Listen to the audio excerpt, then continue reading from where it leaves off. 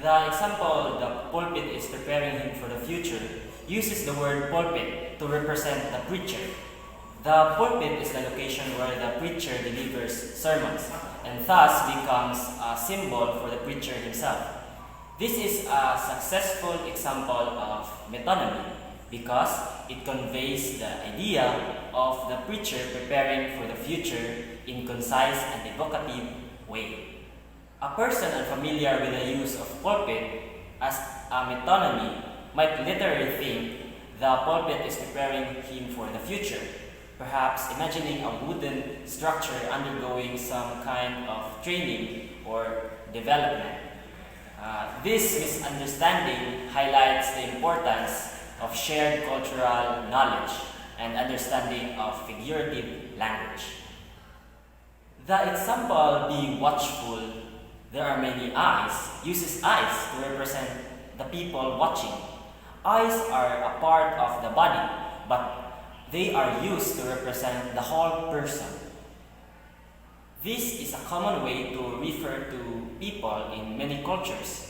This example succeeds because it conveys the idea of many people watching in a vivid and memorable way.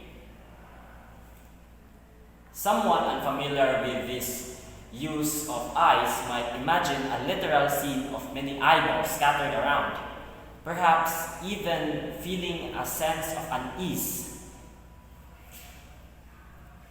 Or alarm. This misunderstanding demonstrates how a lack of cultural awareness can lead to misinterpretation and potentially even negative reactions.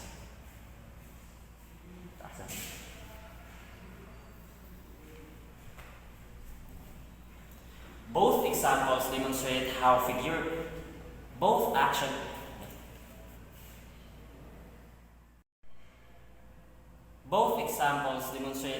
figures of speech can add depth to language, allowing us to express complex ideas in a concise and imaginative way. When understood in context, they can enhance communication by creating emotional impact and strengthening connections between speaker and the listener. Thanks for watching.